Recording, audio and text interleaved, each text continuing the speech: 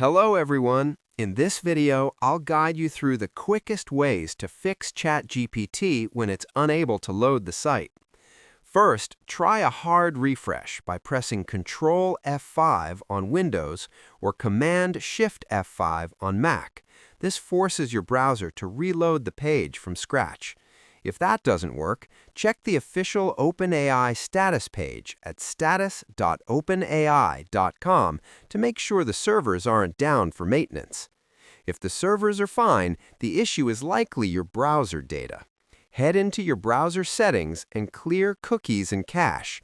Corrupted files often cause the unable to load error. Still stuck? Try opening ChatGPT in an incognito or private window. If it works there, one of your browser extensions, like an ad blocker or a VPN, is likely blocking the connection.